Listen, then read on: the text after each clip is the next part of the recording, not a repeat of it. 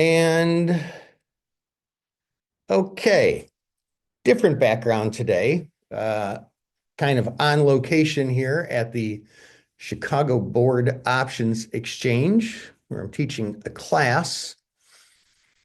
And yeah, that's what we got going on, friends. So that being said, let me get my Q&A box down here. All right, Joey and Dirk and David, you guys are awesome.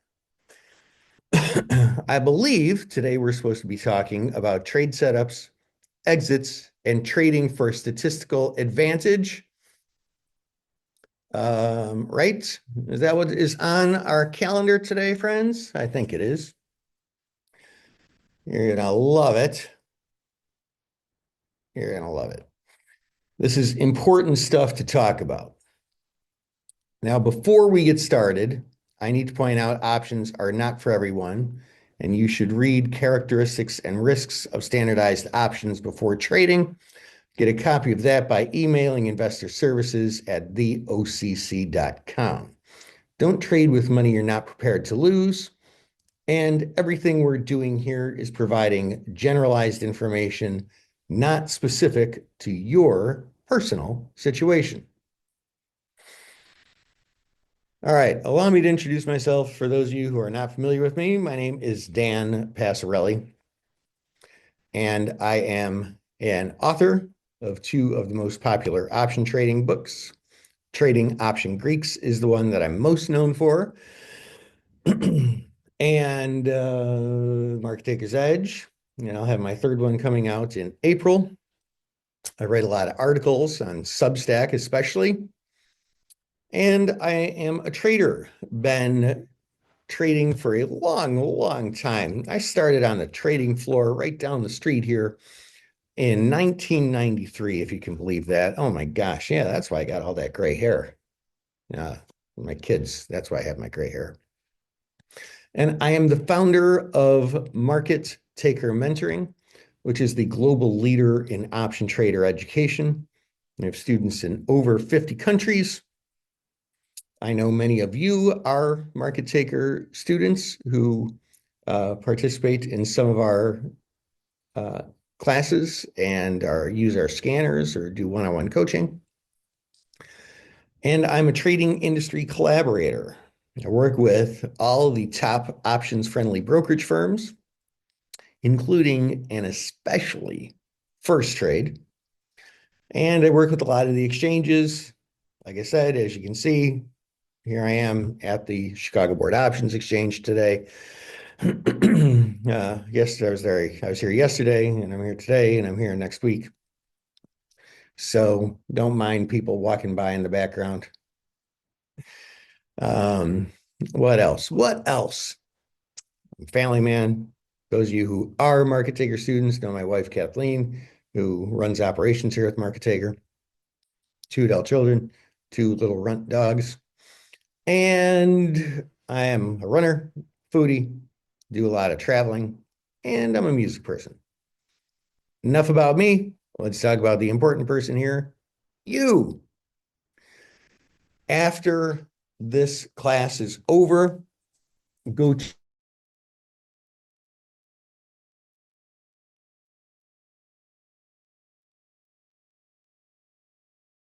what is taker.com and then go right up here to join free in the top right-hand corner. That, friends, is where you're going to get lots and lots of great stuff that you can't find anywhere else. And it's all free. So hang out for the rest of this class because I've got great stuff to share here, but then continue furthering your education with this other free stuff. There's a saying, it's attributed to Warren Buffett. Price is what you pay, value is what you get. Man, that is pretty profound, isn't it? I got a feeling Warren Buffett is not the only person who said that. But he puts things pretty succinctly. That guy's quoted, man, he's probably quoted more than most people besides Yogi Berra. Maybe a couple other people, I don't know. But price versus value is a super important concept when it comes to trading and it comes to investing. Value is something you cannot control. Value is just what it is. It's there. And it's not necessarily always obvious. Look around the room you're in. Look at one of the knickknacks on your table. What is it worth? I have two pairs of glasses. I have one that is an office pair. Those are the ones in red. You usually see me wearing those. Those I can't really see very far because they're magnified. And if I look up and somebody's coming in the room, they're all blurry. But if I use these glasses, these are bifocals, and I walk around wearing these, and these are great, except for when I'm teaching classes, I have to go like this so I can see, so everybody can see my nose hairs. And that's just weird. So I wear these when I'm giving a class. What is the value of these glasses?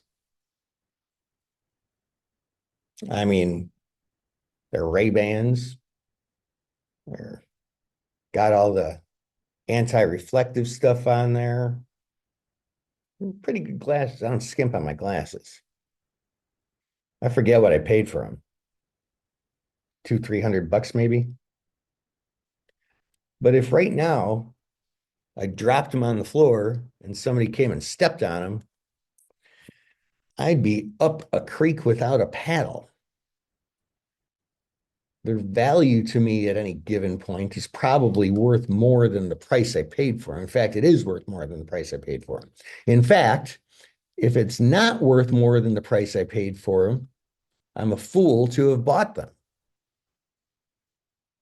It's true. That's true about anything. And these glasses to you, well, they're probably not worth anything. I mean, I guess they're worth something because they're nice frames. You could pop the lenses out and put your own lenses in them. So they probably have some value to you if you wear glasses. I don't know if these make good sunglasses. I don't think so.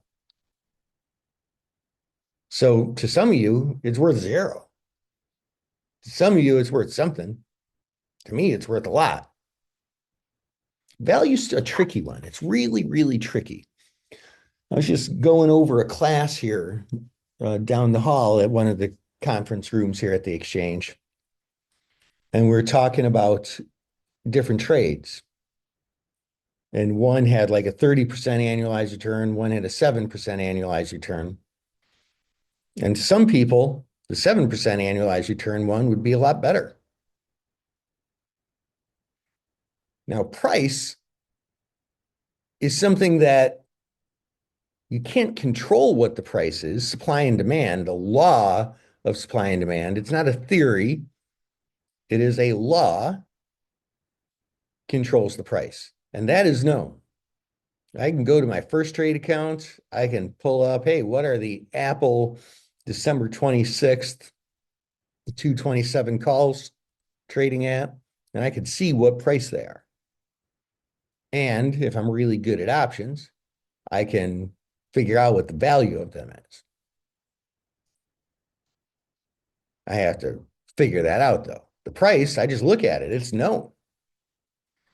Now, while I can't control the price because that is subject to the law of supply and demand, I can control whether or not to trade at the current prices. So now we're getting into an area where I've got a little bit of control here, right? Okay. Well, let's talk about the big picture here.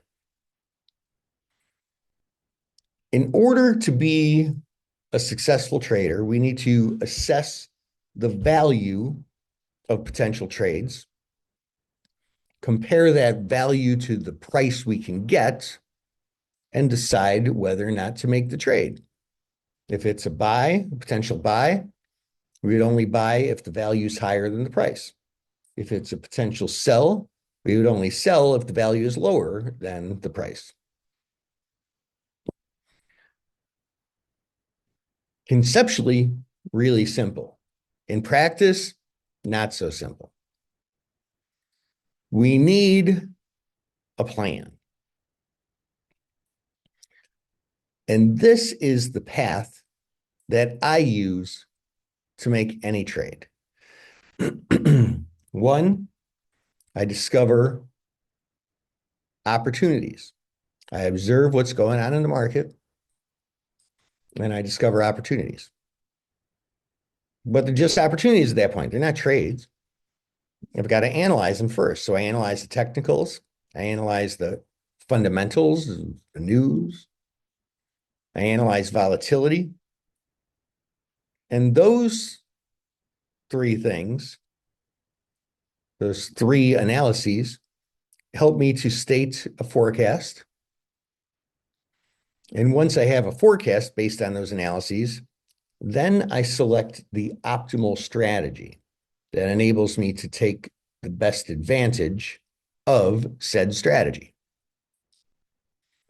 Then I plan my exits. If I'm going to get into this trade, where do I get out and take a profit if it's a profit? Where do I get out and take a loss if it goes against me? And I think about that before even making the trade. Because if I can't get enough profit or there's too much risk, I don't want to make it. But if the plan's conducive and I can get enough profit and there's not too much risk, then I execute the trade. Once trade's on, I monitor the position and I adjust the position if necessary. And I exit the trade. And I learn from my successes and from my mistakes.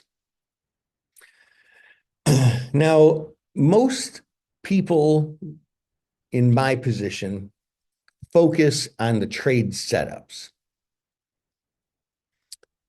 And they're important. The trade setup determines your probability of success. It determines your payout ratio. It determines lots of important stuff. But arguably the most important thing are the trade management steps. That's after I put the trade on. Monitor the position. I make changes to the trade. We call those adjustments. I exit the trade at some point, and I learn from my mistakes and my successes. Okay, so let's talk about a game. Let's play a game here, shall we? Okay, what if I flipped a coin? Heads comes up. And what happens if heads comes up? Heads comes up, you get $1. Tails comes up, you get nothing. Who wants to play that game? I got a coin in my bag right now. Who wants to play that game? Give me a yes or a no. Do you want to play that game? Heads comes up, you get $1. Tails comes up, you get nothing. Ronnie says no. Justin says yes. Okay, the only way to settle this is with a cage match. Ronnie, Justin, are you up for the task? You guys want a cage match? Anybody ever been to the Chicago Board Options Exchange? It's in the old post. Ronnie says, let's go. Yeah. Justin, you've been challenged, man. Brah, you've been challenged. Here at the CBOE, it's in what we call in Chicago the old post office. which like a decade ago was an abandoned building. It used to be like in the 20s or whatever, like the main post office for Chicago. But then, life changes. They moved things around. They abandoned the building. People threw rocks at the windows. Rats got in there. Water got in there. It was just a freaking disaster. But then somebody came and they bought the building and they made it really beautiful. Now there is a gym in the building with a boxing ring, which I would think there would be a lot of cage matches. I would think you guys should come to. Are you guys from Chicago, Ronnie and Justin? If you're both from Chicago, I don't know. I think we should arrange it. I think we should do it. No? Alabama? Ah, geez. I only got class here until tomorrow. It would take too long. You'd be too tired when you get here from driving or flying. All right, next time. Next time, next time. All right. So Mike asks the operative question here. Is this game free to play? Because look, if somebody is going to tell me I've got a coin that is equally weighted, so there's a 50% chance of heads and a 50% chance of tails. I've got this coin, and if heads comes up, they're going to give me $1. If tails comes up, they're not going to give me anything. Nothing happens. I'm going to play that game as many gosh darn times as I can because there's nothing to lose, as stated. Right? I make $1 or nothing. Nothing happens.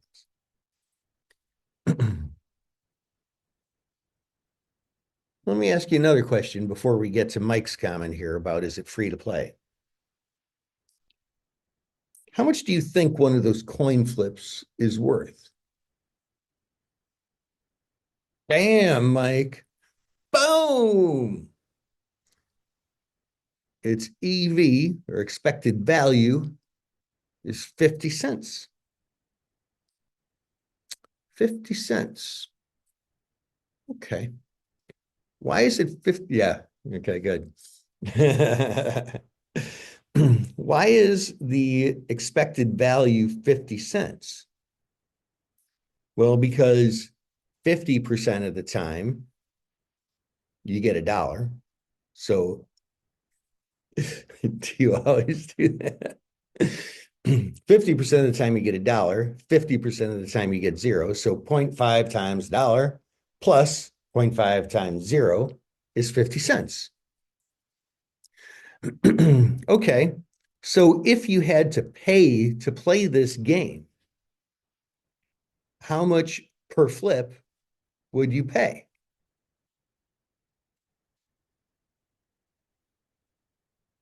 Easy answer. Anything less than 50 cents, right? Now you might ask yourself, well, hold on a second. Hold on a second. You might ask me, but Dan, if you flip the coin, I'm either gonna make $1 or I'm gonna get nothing. So if I pay 49 cents, I'm either gonna make 51 cents or I'm gonna lose 49 cents. I don't like gambling. That's too scary. I don't like this game. If you were only allowed to make one bet like that in your entire lifetime, you're right. Don't play the game. But if you can flip the coin as many times as you want, you'd be crazy not to play that game. You make a penny every time the coin's flipped, statistically on average.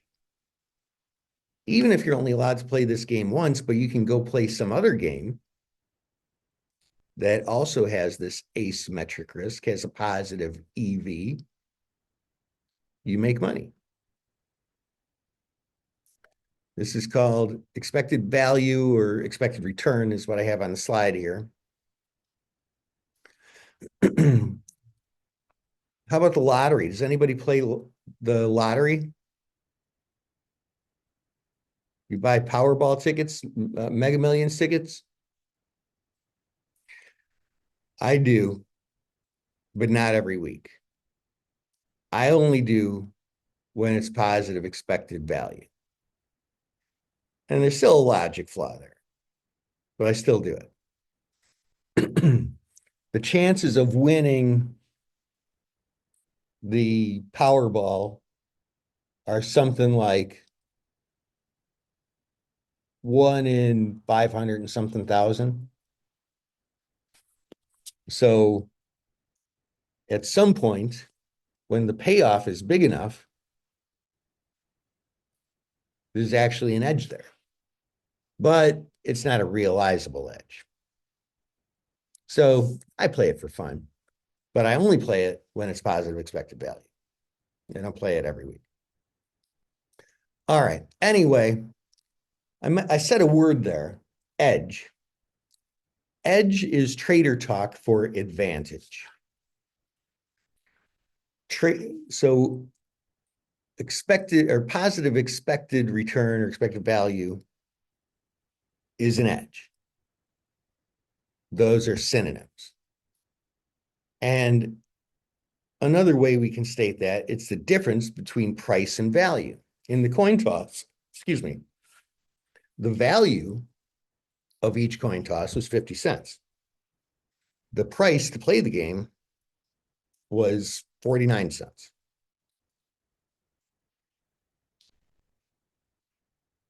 We can measure our edge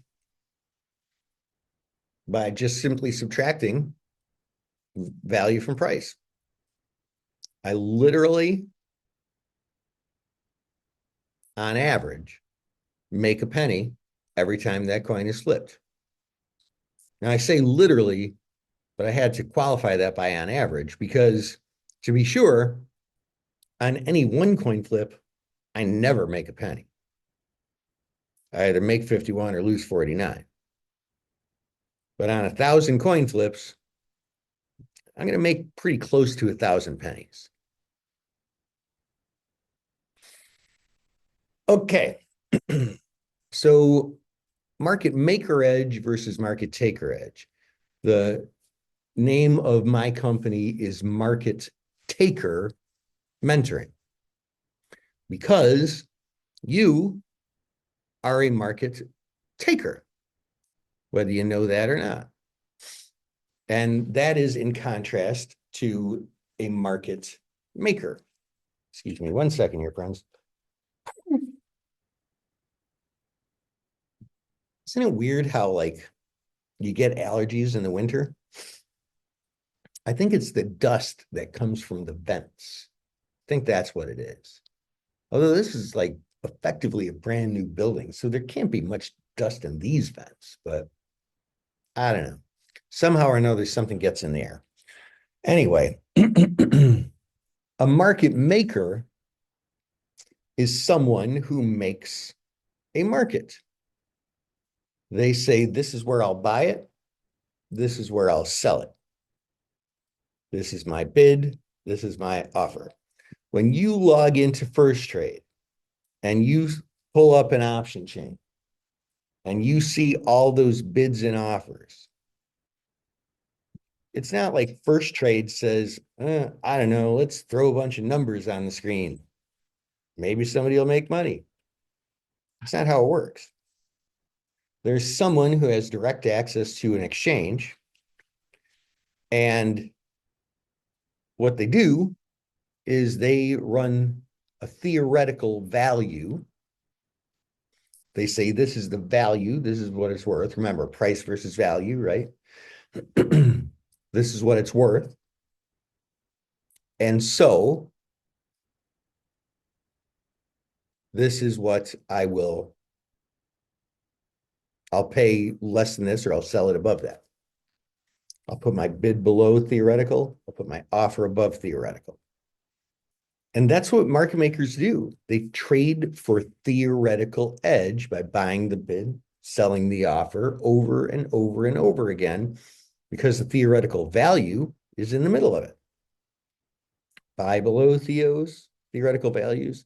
That's what they call it. Theos. Sell above theos. Those are the market makers. That's a tiny little percentage of people who actually trade options. They trade a lot of options. They trade big options. They trade about 50% of everything traded. Basically, they take the other side of everybody's trades. Everybody else are market takers. Now, you presumably, like me these days, are a retail trader. I presume that. There could be some professional traders here.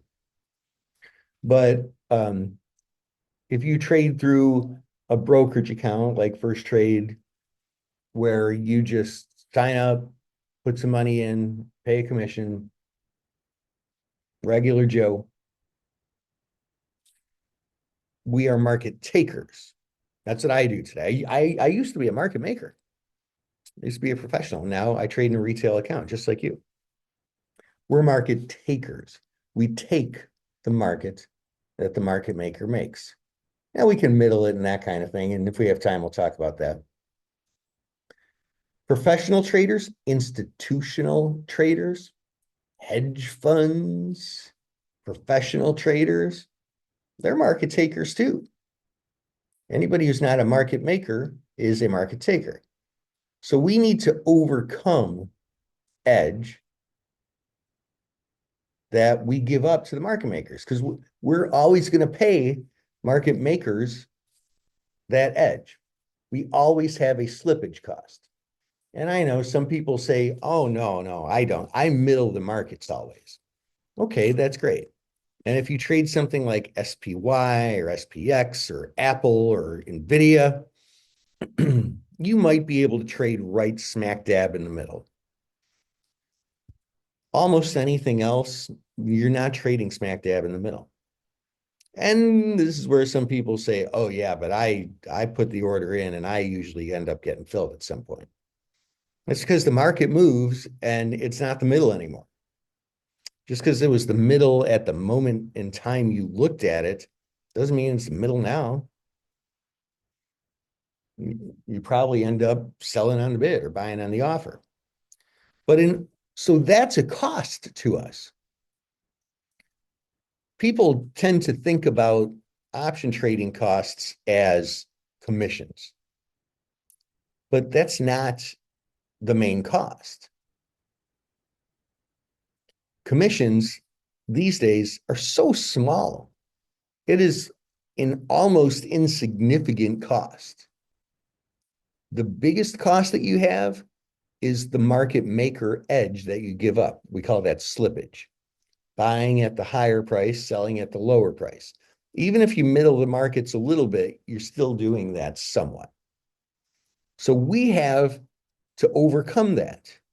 We have to overcome commissions, yeah, but we really have to overcome slippage. We really have to overcome the market maker edge that we're giving up to these liquidity providers.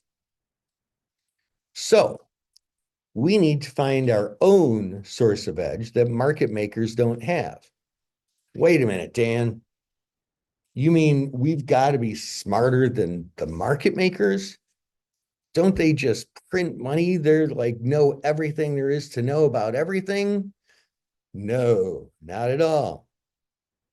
First, they don't just print money. Sometimes they lose. Second, they don't know everything. They know how to do this one skill. And it is a skill. They know how to buy below theoreticals, sell above theoreticals, trade for theoretical profits. And they know how to manage positions well. As far as reading charts to come up with a position to trade, they don't do that. It's not in their lexicon. But for us, it can be. For market takers, it can be. And so we need to get all the edge we can. Option trades, they have a lot of moving parts. I was just in the class I was teaching earlier today. I said, you can play checkers or you can play chess. Playing checkers is buying and selling stocks or futures. Options, that's playing chess. Different pieces do different things. There's more strategy. You have to be a little bit smarter, which is why you're here, right? You're here because you want to be a good trader. You want to learn more. You got to be smarter. And in my opinion, this is why options are so much better. It's my observation that with most things in life, the more complicated they are, the more they can pay off. Because you know why? Most people are lazy. They're not like you. They don't show up for classes once a week. They take the easy route. They're not willing to put in the effort to learn this thing that's a little bit harder than checkers. But when you put in that effort and you learn more, you can be so much more strategic. You can trade so much better that I believe personally that you can be more successful. And so, because options have a lot of moving parts, like stock direction, time passing, volatility, maybe interest and dividends, we want to get edge from as many of those sources as possible. And in order to do that, we've got to have a methodology. And guess what? I have got a methodology. The key points here for setting up the trade are what I call the big four. That's our analysis, analyze the technicals, analyze the verticals, verticals, what am I talking about? Analyze the technicals, analyze the news or fundamentals, analyze the volatility. Technical, fundamental, volatility. That's our trifecta of analyses. And we do all three of those things with option trading because that enables us to state a clear forecast so we can select the optimal strategy. Look, if you're bullish on a stock and you're going to use options to trade it, how do you do that? I can buy a call. Which call? In the money call. Okay. But sometimes buying an out of the money call is better. Sometimes buying an at the money call is better. Sometimes, like when volatility is too high, buying the call's not optimal. You'd be better off with a debit spread. Or if you're worried about your chances of success and want to make it more conservative and implied volatility is high, I might do a put credit spread, maybe a ratio spread, maybe a collar. We can trade all these different bullish positions. Why do we need all of them? I mean, wouldn't it be easier if there was just one? Yeah. But there's not just one. There's a lot more than one. Why is there a lot more than one? There's a lot more than one because each specific strategy is best for a particular situation. So you use technicals and fundamentals and volatility to identify that specific situation. And then select your strategy accordingly. Okay, so technical analysis. I am going to guess that some of you, and I'm just going off the people in this room that I know because you show up week after week. Oh my goodness, sorry about that. You show up week after week. And if you show up week after week, you're going to get smarter. And I know some of you answer a lot of my questions. Those of you who answer my questions correctly, consistently, I know you know something. So you may track your success rate. Who here tracks their success rate? Anyone? Keep a spreadsheet or something? I know not everyone does. I'm not saying you have to, but I'm not going to get personal and ask you what your success rate is. Oh, Ronnie does? Okay. What's your success rate? Just kidding. I mean, you can share it, but how much does it matter? Let's talk about that. What do you think a professional trader's success rate is? Throw out an answer. I'm taking a survey here. Hit that questions box. What is a professional trader's success rate? Ronnie says 35%. So that means 35% of the time they win, 65% of the time they lose, right? Is that what you're saying? Who else? Come on. I want participation here. What is a professional trader's success rate? Mike says 55% win rate. Karam says 60% win rate. Anybody else? We got a whole class of people here. Nobody else? Okay. I got a feeling that the reason, anonymous secret agent man is happy half the time. I got a feeling that the reason I'm getting a low response rate is because I asked a weird question, right? What does that mean? Like, what do I think a professional trader success rate is? What kind of strategy are they implementing? I mean, are they putting on credit spreads, high probability credit spreads? I don't know, their win rate's probably 70% or something. But their losers are bigger than their winners. That doesn't mean they're making money.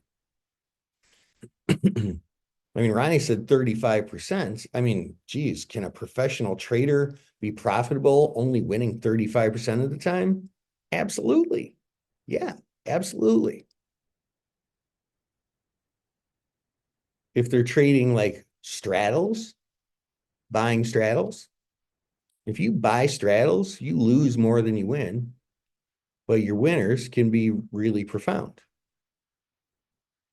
Even just buying outright options, you probably lose more than you win. But if you have a decent system on identifying, volatile breakouts, you can make a lot of money making money 35%, winning 35% of your trades. And all professional traders are different. What I'm doing here at the SIBO is training a group of people who are starting a trading company. That was one of the first things I said. I said, look, here's the thing. There's no rules. There's no structure for a trading company. It can be whatever you want it to be. You can buy straddles. You can trade credit spreads. You can trade covered calls and cash secured puts where the win rate becomes a much murkier question and answer. In some ways, the success rate doesn't matter. The success rate only matters if it's a strategy where the success rate matters and you're comparing it against what's my success rate today versus where it was yesterday or last month or last year. Am I figuring out more stuff so that I'm improving my trading? And so technical analysis can give us an edge. Technical analysis can give us an edge on breakout trades. It can give us an edge on iron condors, It can give us an edge on anything. What is technical analysis? It's reading the chart. Support and resistance, indicators, studies, the whole shebang. Fundamental analysis. What's fundamental analysis? Well, for some people and for some strategies, it's looking at things like financial statements, PE ratio. For the best of the best fundamental analysts, it's deriving an intrinsic value for a stock. It doesn't have to be so blown out when it comes to option trading. It could be something as simple as reading the news, determining when the next earnings is so that I'm not putting on like a butterfly before an earnings event. Looking at what information is already priced in. Looking for the volatility events like earnings to avoid profoundly stupid mistakes like trading a butterfly the day before earnings. Unless you're making an earnings trade, and that's intentional, but that's a very specific science right there. How about volatility analysis? Anybody here do volatility analysis in their trading? Anybody? Let's see your give me a yes or no. Anybody work volatility analysis into their option trading? You try? Good. I highly, highly encourage you to work volatility analysis into your option trading. It can be an excellent source of edge. Volatility analysis normalizes option values. What does that mean? Oh, Wyckoff. Oh, I don't know what Wyckoff style is, but interesting. Okay, good. At least you're doing it. So here's the thing. Because options is chess, and I know that if the stock goes up, my calls make money, my puts lose money. Stocks go down, my calls lose money, my puts make money based on direction, on delta. I know as time passes, my long options lose, my short options win. But I also know that as supply and demand for options changes, that I also make or lose money. That is the effect of implied volatility. Now, wait, implied volatility, what does that mean? Well, implied volatility is the realized, well, there's two types of volatility. First, let's start with realized volatility. Realized volatility, which is also called historical volatility, is a measure of how much the underlying stock has moved during the recent past. Now, in that definition, you didn't hear me say anything about options, did you? It's just they take the closing price, a month's worth of closing prices of a stock, find the standard deviation, and take that standard deviation for that month and annualize it to represent a year. Implied volatility, that one's a little bit trickier. That's a measure of how cheap or expensive options are, all else held constant. Implied volatility is the measure of the supply and demand forces on an option's price. Some people will say it's the market's estimation of future volatility, which is a bunch of crap. It's not true. What it is it's a measure of annualized volatility, and it's stated in terms of annualized standard deviation, just like realized volatility. So that means we can compare the two. Speaking of comparing the two, should they be the same? Should realized and implied volatility be the same? Not necessarily. Realized volatility is backwards looking. And implied volatility is theoretically forward looking. When I say backward looking and forward looking, what do I mean? Well, realized historical volatility, it's the past closing prices, find the standard deviation, annualize. Past, looking backwards. Implied volatility works under the assumption that people buy or sell options based on their expectations for future volatility, which is partially true. If I think a stock is going to be crazy volatile, I'm not going to be selling cash secured puts. If I think a stock is going to be super boring and not move, I'm not going to be buying straddles.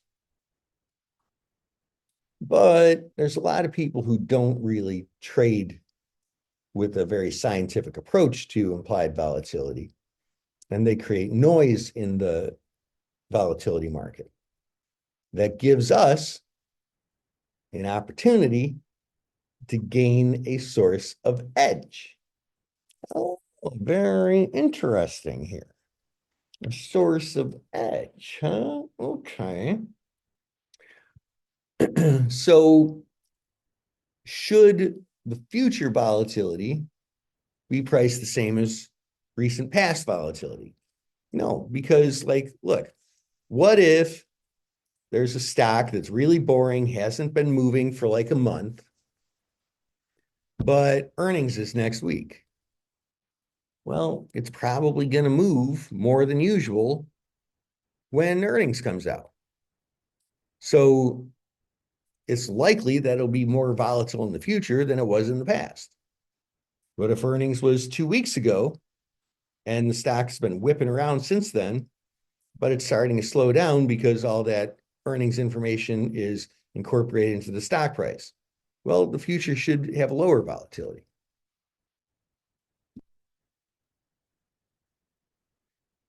Right? And you can't always predict it exactly. Like Yogi Berra said, predictions are hard, especially when they're about the future. But when it comes to volatility, I think it's easier to predict future volatility than it is to predict the future stock price. Why? Because volatility events are telegraphed. They're announced in advance. A company will say, hey, look, we are announcing earnings on December 27th after the market close. Or we will have a Fed announcement tomorrow at 2 o'clock Eastern time. The volatility events are announced in advance. So as long as you know when those volatility events are, you can get an idea of, will future volatility be the same as recent past because there are no planned events? Will future volatility decline because there were events and now there's not? Will future volatility increase because there will be events and in the past there wasn't? We can really do a better job at making logical predictions about volatility than the stock price, in my opinion. We want to use technical analysis, fundamental analysis, and volatility analysis in order to select the optimal strategy to get an edge. Because every option strategy has a unique risk profile and needs to be analyzed and managed differently. They all serve a different purpose. Now, let's talk about exits and following the plan. Rule number 1, follow the plan that you made. Rule number 2, change it if you have to. Now, I say that to be a little bit funny. There are times when you have to change your plan. That's because, as they say, the enemy seldom agrees with my plan.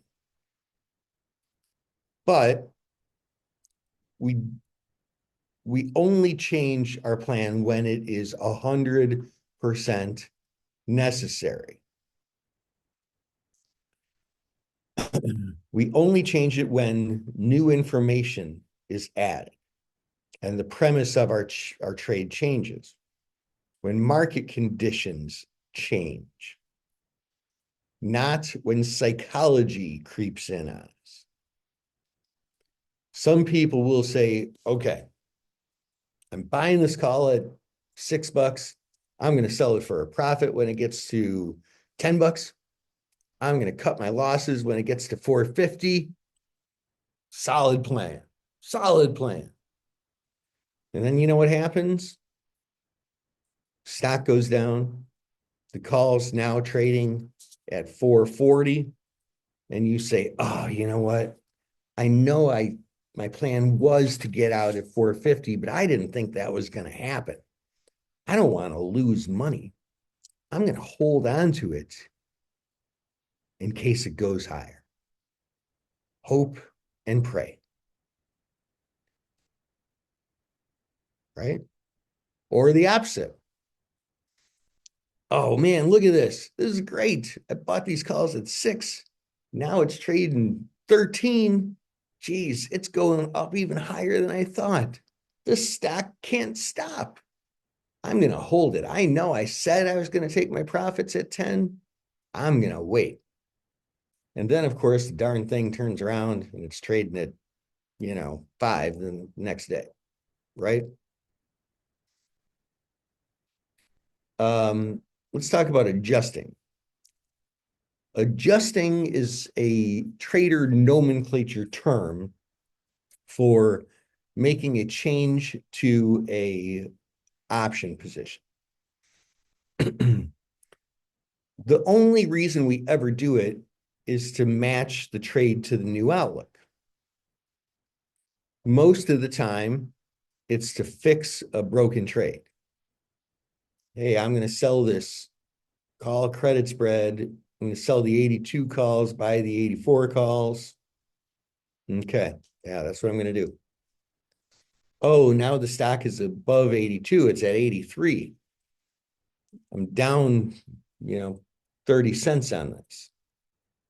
Okay, well, I'm going to roll it up to higher strikes. So I basically take a loss, but give myself a higher probability of success by moving the goalpost a little bit. Maybe I can gain more profit, or can recoup a loss, or gain more profit. Or it's usually to improve the odds of success. And, trades don't have to be fixing broken trades. Sometimes when a trade is going my way, I'll do an adjustment to keep the trade smarter. So, all right, friends, that being said, that's all I have for today. Hope you enjoyed it. Hope everything's going great. And I will see you, friends, next week when I'll be back at MTM World Headquarters. Talk to you later. We'll talk soon. Bye.